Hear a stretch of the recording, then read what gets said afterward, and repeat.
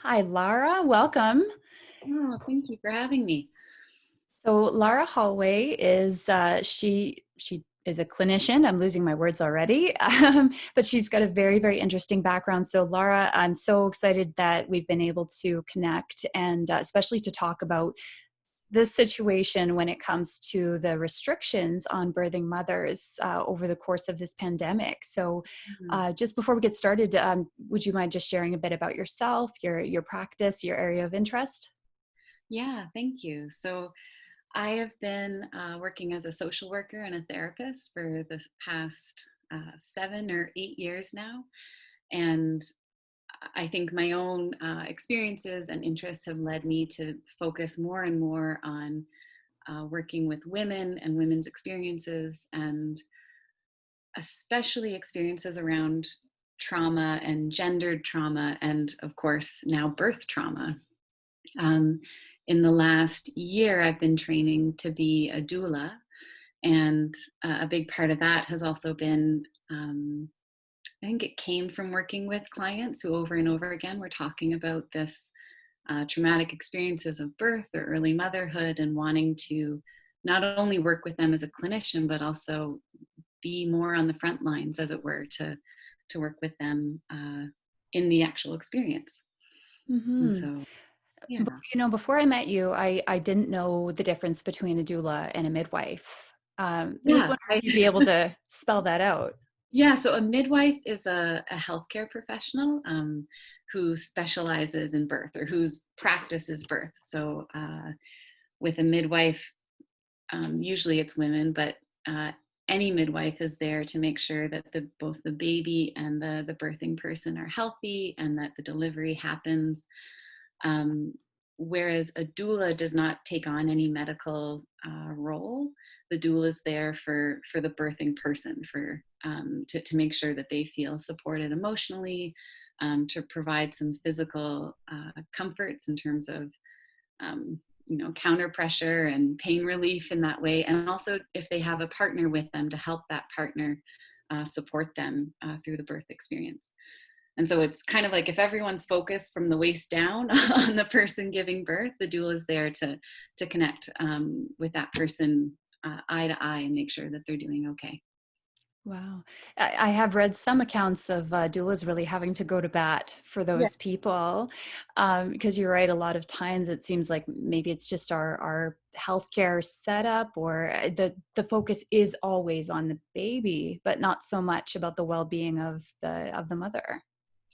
Yeah, I agree with you there. I feel like um, so through my training as a doula, and also my experiences helping people with birth trauma, I've done more and more research into, like, how is this the way we give birth as a society, and how do we hold birth as a society? And I think certainly in North America, for the last 100 years, we've given the power of birth away to the healthcare professional. And it's even, we talk about delivering babies, or we talk about, the doctor says, well, like, I delivered this baby. And it's like, that baby's not a pizza. Like a person, that baby had an experience, but that woman was the person who gave birth, and who was, and should be anyways, in power as they're giving birth.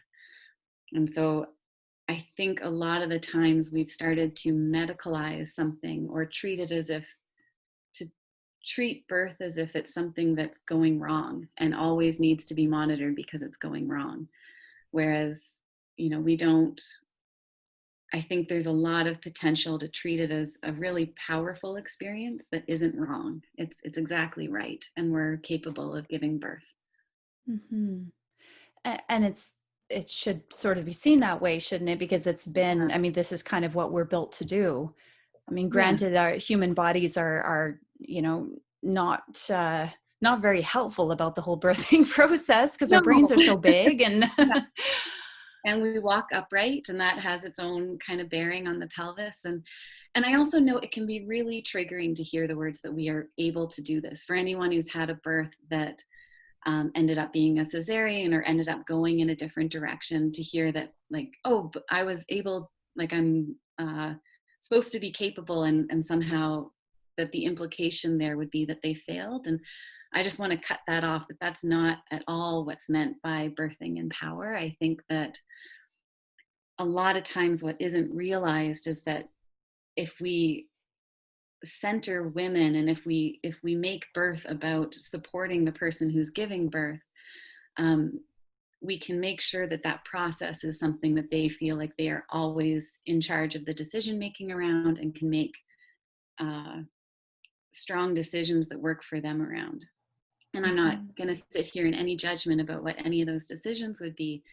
It's more that what I'm pointing at and what I really want to challenge in our society is the idea that those decisions should be made by anyone other than the person giving birth. And Hmm. yeah. That's not typically how it's been then. It seemed like there wasn't that long ago, as far as I know, that they used to do twilight births. They used to put people right to Yeah. sleep. And it Yeah. was, again, they didn't have a choice about it. And that's kind of the place. So that was around the turn of the last century, where birthing was suddenly taken out of the hands of midwives, who typically would go, to the person's home, and all of a sudden was in the hands of obstetricians, at least in North America. And I think that what we sometimes, yeah, so twilight birth was, women were given ether and they were put under, and they can't remember anything that happened. But when you're in that state, your body still remembers. Like they were still on some level um, conscious enough to be moving and giving birth, and the trauma of that birth was still stored in their bodies, but they couldn't consciously remember it. And I think that what we're learning about more and more right now is exactly how our bodies store trauma and process trauma, and how we hold triggers, and how we even deal with pain. And that was actually something I wanted to talk to you about today, because I know, as a trauma therapist, that trauma is entirely subjective. Something that might be extremely traumatic for me would not necessarily be traumatic for you. And that's because of our own differing life experience, and all of that. And so when somebody has an experience of birth and they find it traumatic, it's not something that we can write down on a paper of like, oh, this, and this lead to a traumatic birth. I've spoken with women who had home births. Everything went according to the plan that they had made. They thought like it should be, like, I should be really happy with this. And they found the entire experience extremely traumatic. And I've worked with other women who had what on paper could be called a really traumatic birth, a lot of medical interventions and things happening. And in the end, they're like, I actually feel okay with it. It felt good. I understood what was happening and I can process that. And so, yeah, I think one thing, I kind of getting off track here, but just to respond to that yes, the traumatic birth is, we have a long legacy of it here in North America. I hear you on It, that. And you're right. It's so difficult to, as a trauma therapist, you can't predict who's going to develop a trauma response to it. Mhm. yeah, So one of the things that I wanted to kind of get your opinion about is recently with the pandemic, the restrictions that were put in place at Thunder Bay Regional Health Sciences Center. One of the restrictions was that care partners could, only one was allowed, and they could only stay for, I believe it was 6 hours. And if there was a C-section, that they had to leave. yeah, And so there's a group that has popped up that they were very much advocating. They were going to the ombudsman. They were trying to contact hospital officials. They were getting the runaround. They were doing everything they could. And, the media wouldn't even pick it up, the story about it. yeah, It was actually really disappointing that, here these women that are a lot of times enduring a trauma are literally going through an experience, ripping their bodies apart to bring life into the world, are not yeah. allowed to do it with someone that supports them, or that person has to leave almost immediately. So what are your thoughts about that situation? Oh, that makes me, I have a lot of thoughts. Mhm. for one, it wasn't just Thunder Bay. Like that is like across the board in Canada, and I believe a lot of places in the world. With the advent of the pandemic, all of a sudden it was this idea that the way that we can keep women safe, and I'm putting that in quotations just for now, is to really limit the amount of supports that they have in the hospital birth setting. And I I think on so many fronts that's incredibly short-sighted and leads to a host of other problems. I think the idea behind this curtailing or saying like, okay, no one can come with you into the hospital other than one partner, is already saying that like as here, how do I formulate my thoughts? There is a ton of research out there that having birth supports who are educated and trained to provide support during birth lowers the risk of C-sections, lowers the risk of medical interventions, and helps both the birthing person and their partner feel stronger and more powerful in birth. And so even by limiting it to only one person to go with them into the hospital, you're already increasing the chances of them having to have a surgical birth, having to have different medical interventions, and a longer birth. So if the goal is to have people have a healthy birth within a short period of time, you would expect that they would actually want more people to support that birthing person. So then they could have a birth without needing to have a surgical birth or without it trailing on for hours, if not days. Mm-hmm. The other thing that I find so kind of awful and hard about that is that it leaves that partner feeling as if they're failing the mom, the person giving birth. So it's like it puts, first of all, a time limit on the birth, which is almost going to guarantee that the birth is going to go so much longer. And then that partner leaving, it feels incredibly powerless. And like, how do I help? What do I do?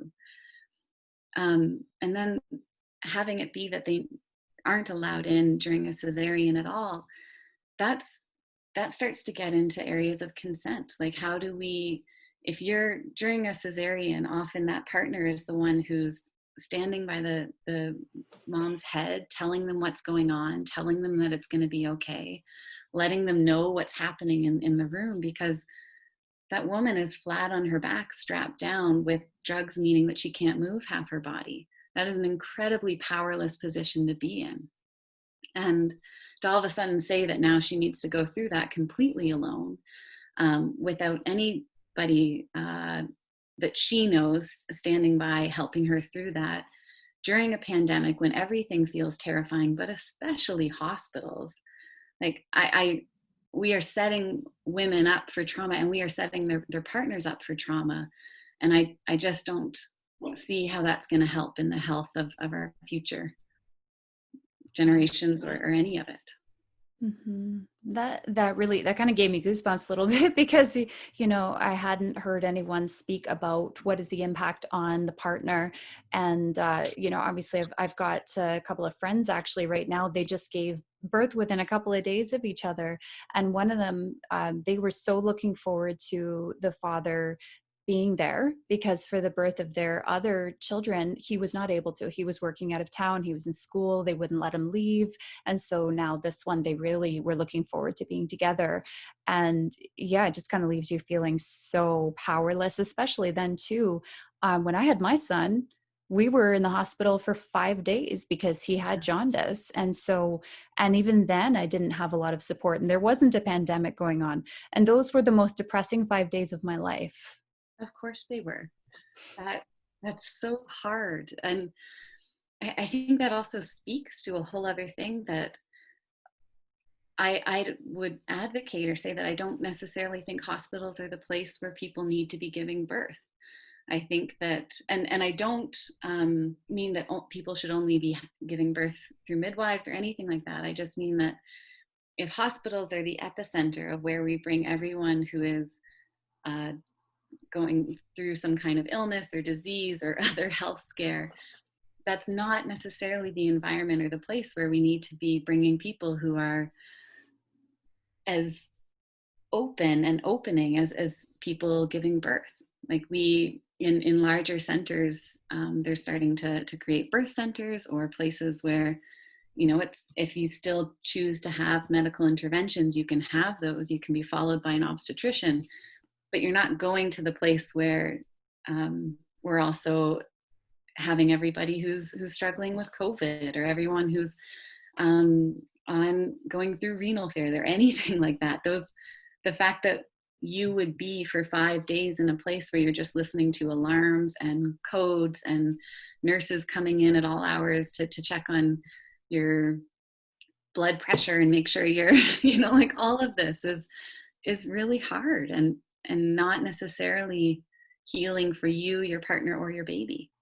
Mm-hmm. The concept of a birthing center is really interesting. And I mean, I imagine that perhaps we're not a big enough center yet, but yet it wasn't that long ago that um, First Nation women that were living in outlying communities would be flown out here alone for a month of confinement and were not allowed an escort.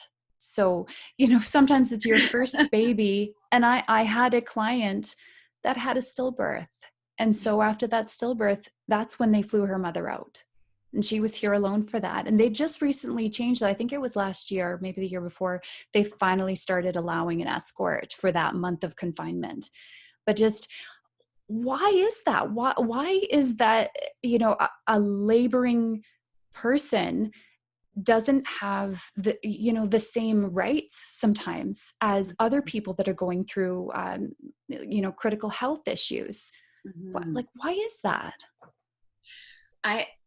It enrages me. I feel that I don't think there's any other medical procedure where as much power is taken away from the people undergoing the procedure as it is during birth. And I think part of that is that birth shouldn't be treated as a procedure.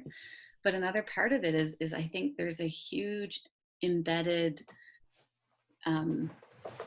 oppression or powerlessness in the way that we've constructed birth within the hospital setting.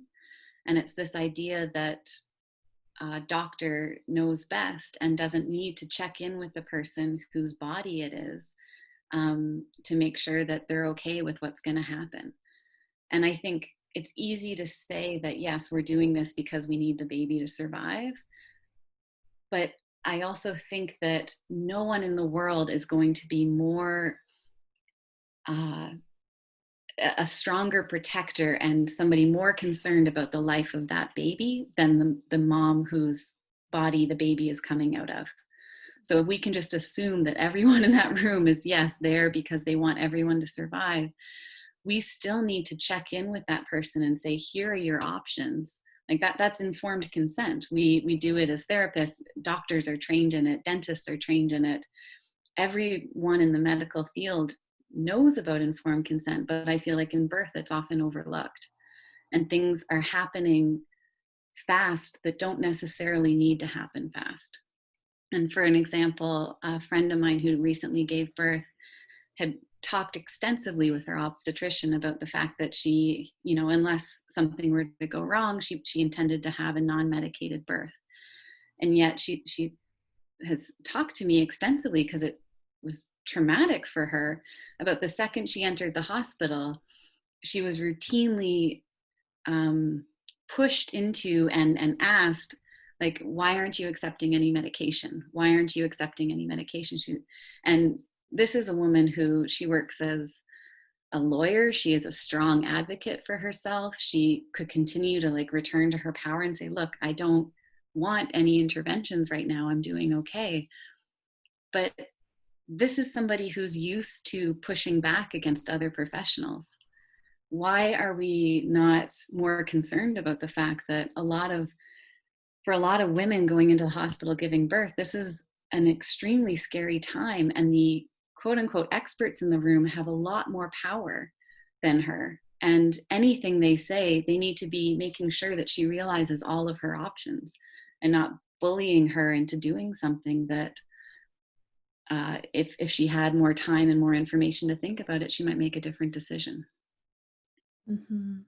That balance of power, that is a really interesting conversation altogether. I mean, as clinicians, right, we're always taught that we have significant power over our clients. If we, even the power of suggestion, should we, recommend or recommend a treatment method, or say there's a diagnosis when maybe we might not be qualified to make that diagnosis, it can change the trajectory of the relationship and the treatment. And here, like you said, you've got this person that is very fearful because something's happening to their body. They may mentally be prepared for it, but no one's prepared for that kind of pain. Oh.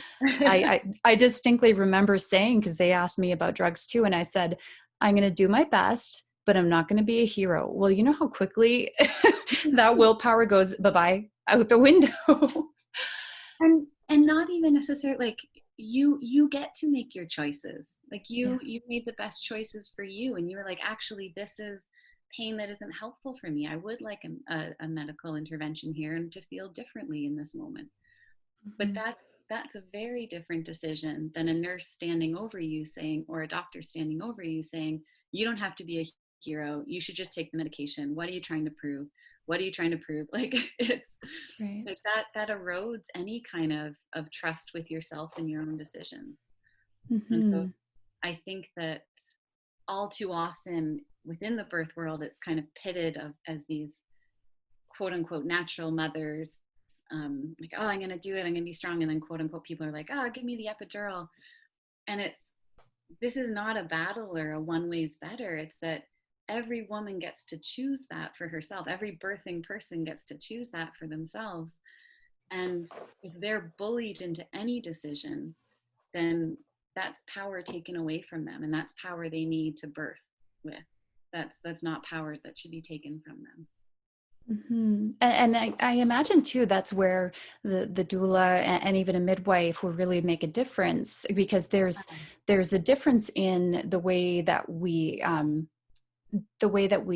comprehend pain, right? Yeah. If we feel like instinctively that this pain is hurting us, that it's scarring us forever, well, then we're going to panic.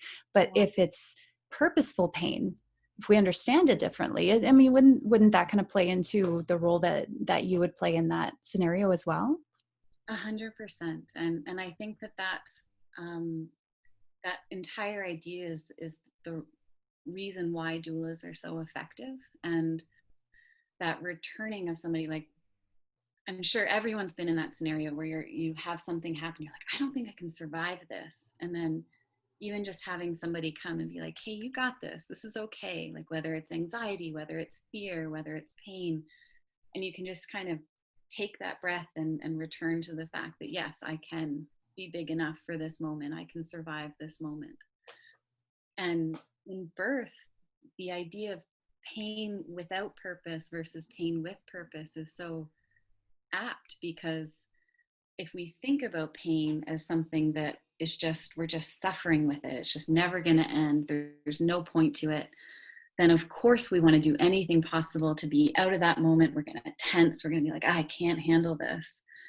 Whereas if that birthing person has that connection with somebody to return them to, this pain has a purpose, this pain is sensation, this pain is your body opening enough to become a portal for a baby to go through, that you can be here in this moment, and no matter what decision you make, that this sensation is something that you can encompass. And I again, all the research and all the studies show that the more the person giving birth is able to feel empowered and centered in themselves, and like, okay, this is something that I am prepared to do, and I'm not being rushed, I'm not, you know, staying within that kind of grounded place, the better the birth outcomes are across the board. And kind of with some huge statistics, like I think it's something like 31% reduction in cesarean rates, and um, like really significant differences. Mhm. Yeah. Wow. And on the other hand, too, I do see when the pandemic really started to pick up, I recall reading an article about an Ottawa hospital that was going to be forcing all women or birthing people. I'm Yes. saying that carefully, obviously, because obviously Yeah. not all birthing people identify as women. That they were going to be forcing them to be induced on a schedule Yeah. because they wanted to cut down on like the number of them showing up all at the same time, all in labor. And I just saw that as just really sad. Like what a horrendous thing, because of course, inducing is necessary at some points, but a lot of times baby's not ready, the Yeah. body's not ready. But the problem is too, they were also trying to ban people from having home births, because they said if you need to come in for a C-section, like they were going to be giving people epidurals as well. Like it was just a mess. I don't know that they ever went through with it, but the news report about it was pretty scathing. They were And shut down pretty quickly in terms of yeah. that. But I mean, also, and that again wasn't just Ottawa, that was in Nova Scotia, that was in Quebec. Like Mm. it was um, a really, and I think still is, I think this idea that birthing, that birth is something that can be scheduled, that can be controlled, that can be put within the concept of a 9 to 5 working day, or that should happen on schedule. Like even the concept of a due date, like we know because we have the research and the statistics to show us that normal birth takes place within like almost a 4-week period at the end. So like some people, it's natural and normal for them to give birth at 38 weeks. Other women, it's natural and normal for them to give birth at 42 weeks. And they're giving birth across the board, all of those women, to healthy babies of a normal size. And what I think is tricky is that if somebody has a narrow view that, okay, birth should happen at exactly 38 or 39 or 40 weeks, and if it's gone over that, it's too long and dangerous, we're cutting out human experience. It's like, no, we as humans naturally go longer than that. Sometimes the gestation period can be naturally longer than that. And although sometimes, of course, inductions are medically necessary for the health of either the birthing person or the baby, I think a lot of times, and there's studies to show this, it's more for the comfort of the healthcare providers. And that's something that leads to more complications for the birth, and longer repercussions for the birthing person. A lot of the times when women have come to me to talk, and as a therapist, to process their birth trauma, a lot of, some things are just traumatic. Like the entire experience is there, just some terrible things have happened, as happens in life. And then other times it's this, how I've kind of encompassed it is this idea of that they were so doubted by the people around them during this process that they lost touch with this idea that they could trust their instincts, because every single one of their instincts was invalidated or pushed back against.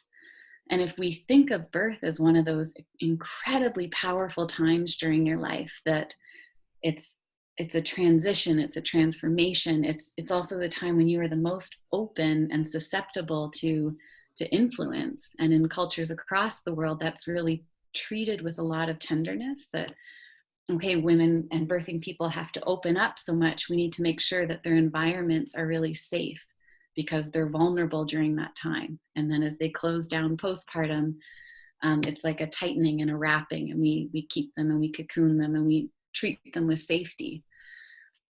And then you think about going through that kind of trial of openness in a hospital environment where everything that you're asking for or saying is being invalidated or told, you're wrong, we're going to turn the lights on, we're going to put you on your back, you got to have your legs up in the air, like all of it. Like, wait a second, this is not what my body's telling me I need.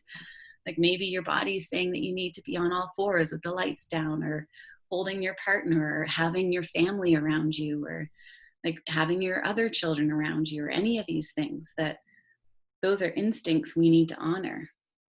Mm-hmm.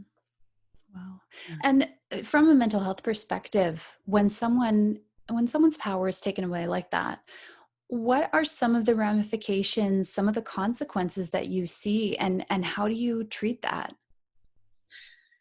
Yeah, it's a great question. I think for me, I work with a lot of mental health and a lot of my clients, and to be honest, a lot of my own experience through the lens of the sympathetic and the parasympathetic nervous systems, like that idea of either the fight, flight, freeze response or the trauma response, that um, stage in your body of like, okay, I feel like I'm going to die right now, so I need to either fight my way out, freeze and hide, or run away, versus that rest and digest nervous system response, that like, okay, I can process, I can be here. And I think that trauma and anxiety and a lot of like PTSD, all of these mental health issues can be traced back to that fight, flight, freeze nervous system response that never got processed, that is kind of left like an alarm bell ringing in the body that something's wrong, something's wrong, something's wrong. And that person's like, I know, but I don't know what to do, you know? And so in the case of birth trauma, or in the case of any kind of trauma, I first do a lot of work with the person to help them even identify the difference between a trauma response and a like that feeling of groundedness and safety, and start to kind of open that up a bit more of like, when do you feel safe, how can you access that safety, how do you access that grounding, and then starting to explore triggers and then going back through the experience. And one of the differences, I think, between working with a trauma that has an event attached to it and working with a mental health experience that might be more kind of all through the life, you know, or not necessarily connected to one specific event, is that with a specific event, often once you are able to work through the process of what the body needed at that time, and offer it back to the body and go like, here's the completion of that cycle. Like, yes, the alarm bell was rang, but now here we can soothe, we can allow it to be processed, we can talk about it until it no longer is hitting that alarm bell. It's almost, it's cleaner, it's more like encapsulated, you know. It's like often trauma, you work with it until all of a sudden you're like, oh, it's not there as much, or it's different somehow, it's changed somehow. And I'm not sure if that quite answered your question. Mm-hmm. I might have gone off on a tangent. And then comparing that, so more of an acute crisis, like the specific Yeah. situation, comparing that to traumas, or maybe cumulative traumas throughout the lifetime, how does that compare? Well, and that's trickier when, and I think often one of the hardest things about birth trauma is when it's happened to somebody who has a history of accumulated traumas or a history of mental health issues. And because then it's not only is that alarm bell ringing, but it's been ringing for so long, it might not even be noticeable that this is a new kind of louder bell, or that something else has also happened. And so that process is a lot longer. And you had mentioned, you know, a lot of the First Nation communities around Thunder Bay, people who are about to give birth are sent to Thunder Bay for the month before their due date. And as of the last couple of years, they can bring their partner, but it's still just one or two people in a city that they're not used to, in a city which is sometimes triggering for people who struggle with either substance abuse or gambling, and without a lot of supports or family around them. And these are also people who have their own accumulated traumas and issues. And I I find that so hard, that entire system. And I think it's um, one of those things that we're not looking at as a society of how are we supporting these people and how are we supporting um, not only the person who's sent here to give birth and has to be here for a month, but also their partner who's, struggling with their own issues and trying to support the person that they're here with. And I think that that's often when it gets trickier. It's less about a specific birth trauma and it's more about trauma throughout the life and mental health issues throughout the life, and how do we support that. That's so hard. So hard to even just uncover that, of course, because you've also got someone that's probably, well, ideally taking care of a crying baby too. you Yeah, know? in a hotel room, Yeah. that like that's just not, no one wants to do that, and yeah. And so that's, I think, where sometimes as therapists we come up against, like, yes, we can offer people ways to sit with and acknowledge and work through their trauma. But until the system changes, that's not going to have any noticeable results for that person because they will keep being re traumatized. And that's a place where, as a therapist, I really struggle because I, you know, when you're working with your client, you see them and you're just like, you're incredible. You're going through all of this. You have so many strengths and ways of showing your resilience. And then you're watching them go out the door and they're going right back into a life that's going to continue to bring trauma and hardship. And it's hard.